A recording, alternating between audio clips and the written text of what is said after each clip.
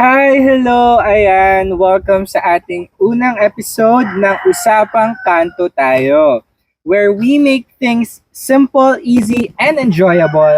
I'm your host, Adam, and in today's episode, we will be talking about a very interesting question. At yung katanungan na yon ay, sino nga ba ang makabagong Rizal? Ayan. Pwede kumain. Teka lang.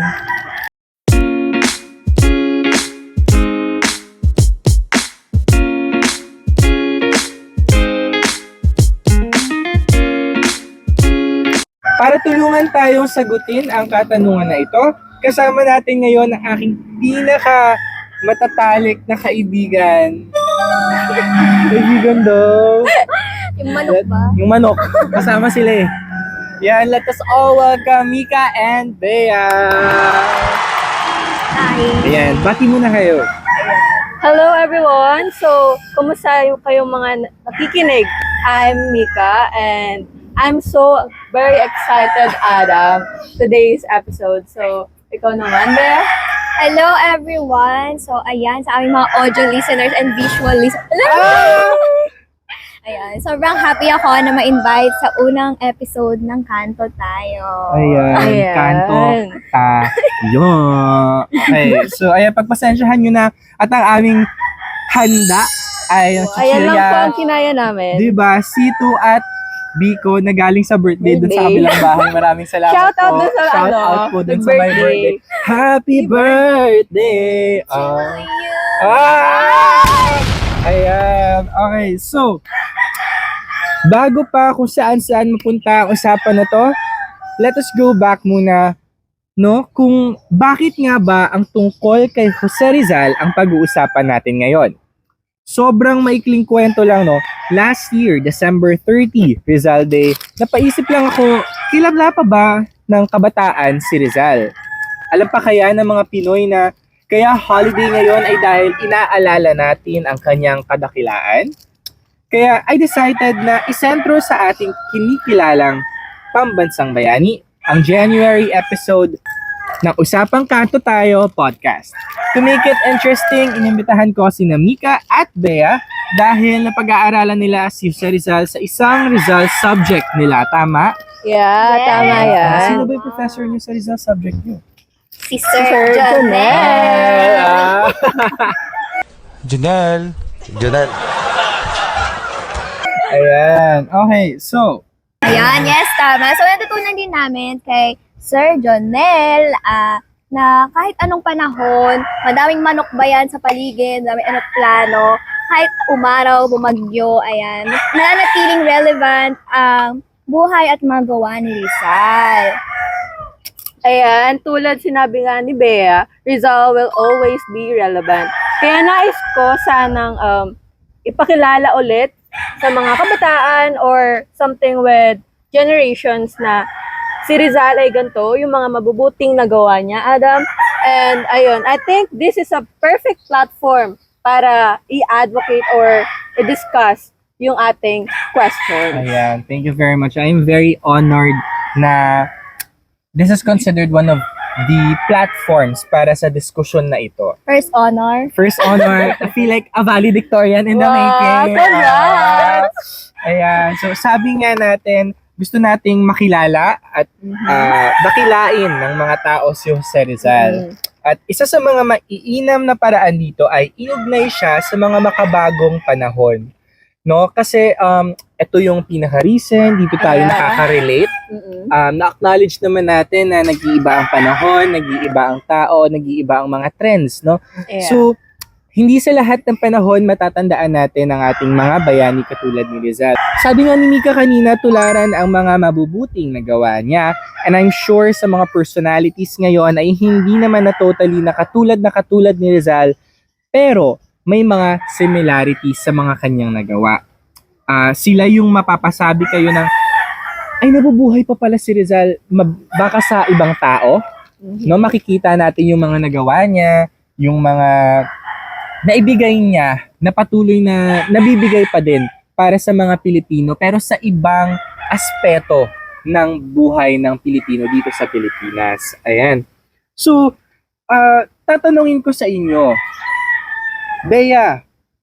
Bea! Fast talk tayo! Hindi. Yun, tanong ko lang sa'yo, sino nga ba ang makabagong Rizal? Para sa'yo? Sino? Bago ko sabihin ang sagot ko, kakain muna tayo ng Ay, oo biko. nga pala. pala. Grabe, gutom ka. Parang di ka galing sa kainang kanina, no? Kaya naglagay pa tayo ng props niya, wala man na Kaya, sumusubo. sumo. Oh, yeah. Ikaw din. Oh. Diba? Panalo. Thank you po sa sponsor namin, yung may birthday po dun sa kapitbahay ng aming pinagkakatayuan ngayon. Maraming salamat po sa iyo. So ayan, ang aking makabagong result ay ang ating Queen of Potential Sound. Sa aeroplano? Hindi! Si Miss Cara David. So, bakit si Cara David? So ayun, kasi katulad ni Rizal. So, di ba matalino? Ayan. So, ginamit nila yung sarili nilang plataforma para magbigay alam sa mga kabataan, sa mga manok. Ayan, Napakaingay. Oo, tapos, ayun, di ba, katulad ni Rizal, si Rizal kasi, ginamit niya yung, pagsusulat niya ng nobela, ayan, yung mga letra, yung mga salita niya, ang kanyang mga makabuluhang words, ayan. At tapos, naman, si Miss Cara David naman is ginamit niya yung kanyang documentaries, ayan, ang pag-journalism niya, and para magbigay siya ng mga kaalaman, ayan, sa mga kabataan, sa mga taong naninirahan sa ating bansa. Yeah, okay. Tamang-tama ka dun, no? Na-strike ako dun sa sagot niya in which I think very common sa mga magiging sagot natin ngayon is yung paggamit ng platform. Katulad nga na nasabi ni Nika kanina is this platform itself na parang naging daan para mapag-usapan, naging daan para mabuhay uli yung tanong kung sino nga ba ang makabagong Rizal. Bakit nga ba natin tinatanong kung bakit kailangan natin pag-usapan ng makabagong Rizal? So yun, na-strike ako sa sagot mo na ginagamit ni Miss Cara David ang kanyang platform sa mga documentaries na nagagawa niya to spread the word on mga certain topics na kanyang ina-advocate. And yun, very, very similar nga kay Dr. Jose Rizal. Pero kung may isang documentary or like advocacy siguro ni Cara David, ano ba yung sa tingin mo makakahambing pa sa, tama ba, hambing? Like, masyado kong farm girl today. Kung ano yung makakahambing sa nagawa ni Rizal? Meron kasi siyang sumikat na documentaries. Ayan, so ang kanya sumikat na documentaries, like, nakita ko lang din to sa TikTok, yung Kapalit Katahimikan. So, ayan, kung siya, napanood niyo, so about siya sa, di ba meron tayong mga batas laban sa mga panggagahasa and pang-aabuso. Tapos dun sa documentary niya is pinakita niya doon na kahit pala na may ganun tayong batas, madami pa rin sa mga kababaihan na kahit nagsampa na sila ng kaso is hindi pa rin nila nakukuha yung hustisya na hinihingi nila.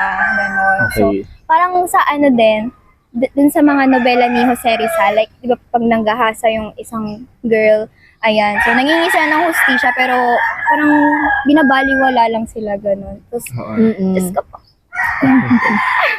Yun, tama.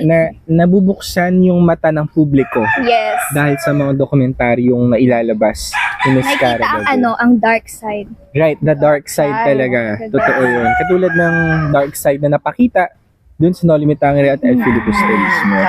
Ayan. So, kung si Cara David ang makabagong Rizal ni Bea, ikaw naman, sino para sa'yo ang makabagong Rizal mo, Nika? Para sa akin, walang ibang mas bagay na tawagin makabagong Rizal kundi si Senator Riza Hontiveros. Riza. Alam ko naman, kalala niyo siya, diba? Siyempre naman, all for women empowerment. Yeah. Oo. Totoo. Ayan, Riza Hontiveros. Bakit si Riza Hontiveros? Kung si Rizal ay matalino at malakas ang laban para sa kalayaan, na ginamit niya yung panitikan. Si Senator Hontiveros naman ay malupit na tagapagtaguyod ng karapatang pantao. Gumagamit siya ng batas para labanan ang mga issue na may kinalaman sa hustisya at kalayaan. Ayan, tamang-tama. Pag-usapang kalayaan talaga, marinig mo ang pangalan ni Rizal, di ba? Tama. Oo, tama yan, Bea. Katulad sa mga ginagawa nga naman ni Senator Risa Hontiveros ngayon, hustisya talaga para sa bayan at para sa mga Pilipino. Recently lang, no, last year, sino yun, yung Chinese? Sino yun? Si Guo. Xiao Hongshu. Si Guo, oo, si Guo. Si Alice Guo.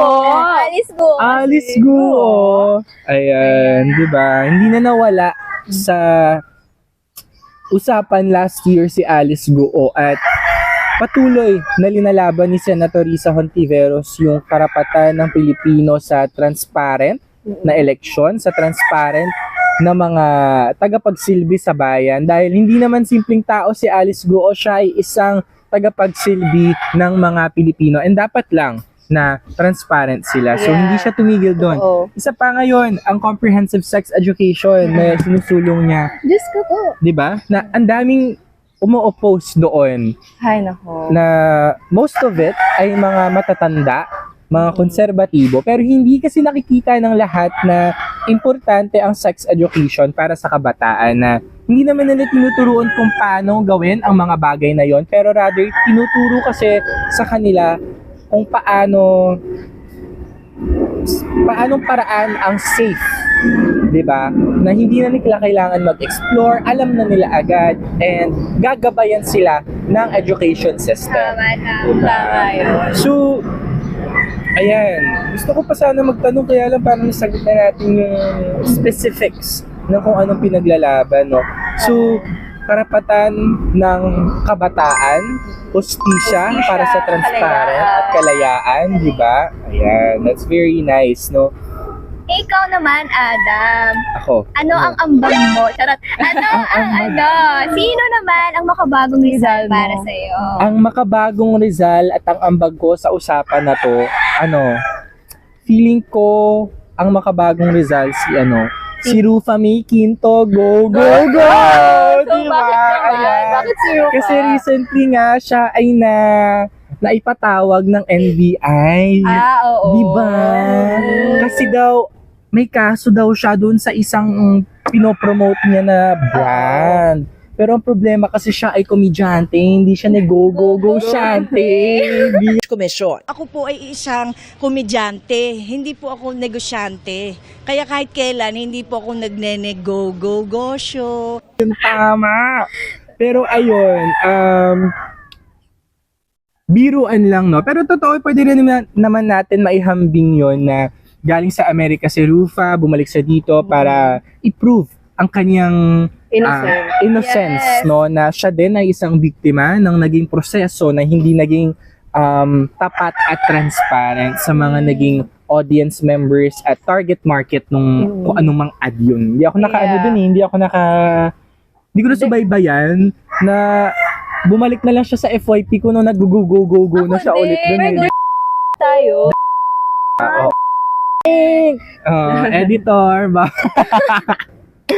Oo. Hi! Ano ba? Sure lang Si CJ, ang ating mga bagong si CJ ba? Si CJ daw makabagong result din ba? Dito nawawala tuloy ako sa script ko ano-ano sinasabi. kasi Chinoy, gano'n, Sanglis. Spy siya ng Spy pala siya, hindi pala siya Di ba? Ay, spy Okay. pala siya. Akala Ayan. ko makabago.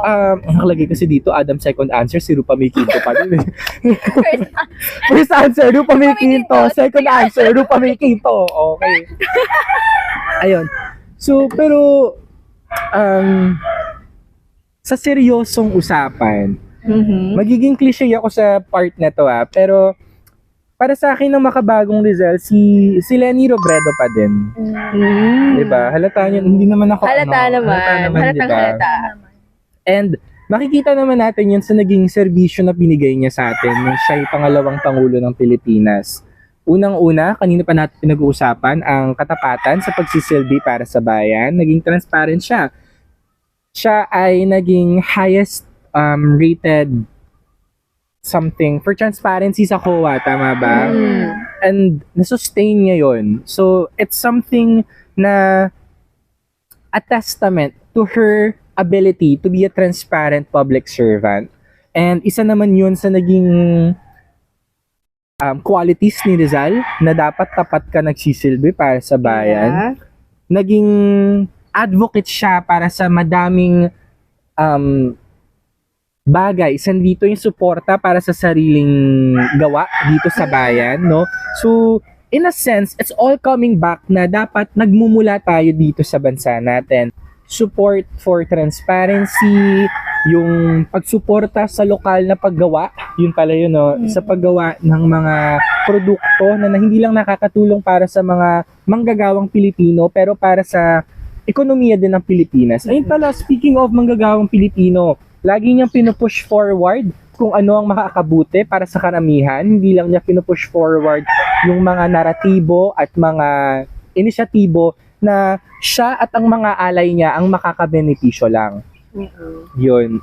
In terms of leadership naman, always putting one foot forward, no? Hindi mawawala na the initiative will always come from her, or either kapag may nakita siyang iba, tutulungan, gagabayan, at sabay-sabay na isusulong kung ano man ang makakapagpaangat sa buhay ng Pilipino. Katulad ni Rizal at ng kanyang mga naging kasama ng panahon. Tama yan. O, shot muna. Shot muna tayo. Shot Oh, muna. teka lang. Okay. Oh. Shout out to our sponsor, Lucy. C2, that contains natural antioxidants. Oh. Cheers! Cheers! Bro, nakakaloka ka mag-cheer. Ang layo mo Sorry, mag-cheer. Isa pa. oo. 1, 2, 3, go. Cheers. Ayan. Pakita mo yung brand habang umiinom.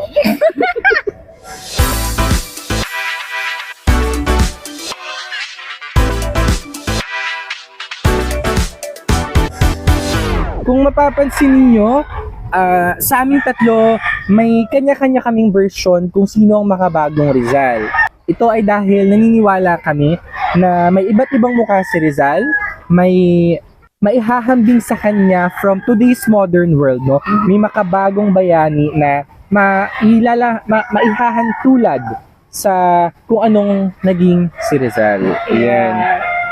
Para kay Bea, nandyan si Cara David na ang mga dokumentaryo, ang pagiging journalist ay nagamit niya upang mabuksan ang mata ng publiko sa mga realidad na hindi naman natin nakikita araw-araw kasi may kanya-kanya tayong buhay. Hindi na naman natin masisisi, no, yung mga kapwa nating Pilipino for not being able to see the reality. So very important itong mga documentary na napuprove. May nag-aaway na manok sa likod namin. So, importante itong mga documentary na to prove and to show the public na may ganitong nangyayari. Ayan. Para naman kay Mika, si Risa Hontiveros na patuloy lumalaban para sa karapatan ng hindi lamang ng mga kababaihan, ng kabataan, pero ng isang kabuoang Pilipino. Laging pinaglalaban ang transparency para sa mga kalayaan at tagapagsilbi ng mga gobyerno na they should always be put into the highest level of expectations. No? Hindi pwede yung umiiyak sa Senado. Hindi pwede yung soft-hearted. Ganyan. Always pushing for kalayaan, justice, and transparency. And para naman sa akin, si Rufamy, si Rufamy Quinto din naman talaga, at saka si Leni Robredo, na tapat magsisilbi bilang public government official. Si Leni Robredo tapat na nagsilbi, always pushing forward for agendas na makakapagpaangat ng buhay ng mga Pilipino. At kahit biruan lang si Rufamy Quinto na kahit bilang isang normal na Pilipino, bumalik sa Pilipinas para i-prove ang kanyang innocence, mga ganong maliliit na bagay, no, na kahit biruan pala is somehow there is something that we can take from that. Umiyok pa. There's something that we can take from that. Ayan. So, kayo, para sa inyo, sino nga ba ang mga personalities, whether public officials, mga artista, or even your people inside your own very own communities? Para sa inyo, sino nga ba ang makabagong Rizal? Sino ang kasalukuyan na handang maging muka at boses ng pagbabagong hinahangad ng kanyang mga kapwa Pilipino? Sino ang larawan ng huwarang ehemplo? Sino ang may bukal na pusong tumulong at ialay ang buhay sa Pilipinas? Hindi naman to kailangan na makipag-away sa kapwa Pilipino. Hindi naman to kailangan na lumaban pisikal sa mga dayuhan. Pero para sa iyo, sa lahat ng personalities at characteristics, sino si Rizal sa makabagong panahon? Ayan, ito ang ating naging unang episode ng Usapang Kanto Tayo. Ako si Adam, ang inyong host. And I'm Mika as your guest, and Bea! Sana may napulot kayong mga bagong ideya at mga pwede niyong pagkunan para sa mga 2 AM thoughts ninyo, no? Sino nga ba ang makabagong Rizal bago kayo matulog? Ayan. Comment down below, like, and share this video for more videos in the Ayan, future. follow us on Spotify. Ay, Audible. Bye! Bye! Parang malungkot na kayong dalawa. Sabayan nyo naman kami sa ngiti namin dito. Okay. Naka-on pa ba yung mic? Okay. Tayo patingin yung script. Wala akong dalang phone. Nasa iPad, gusto niyo? Akin na yung iPad.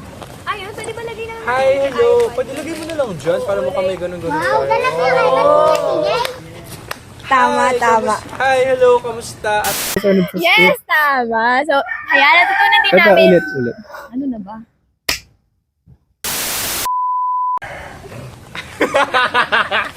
Ayaw mag-load kasi! Ng dalawa sa pinakamatalik kong kaibigan. Sigurado ka, ha? Akin na lang po yung mga cellphone naman kayo. Tay, mukha ba nakikita ko? Ayan mo. Hindi mo makita to. Hindi nga. Una. Ano ka naman? okay. Kasi later. Sige nga, off nyo to, pakinggan nyo.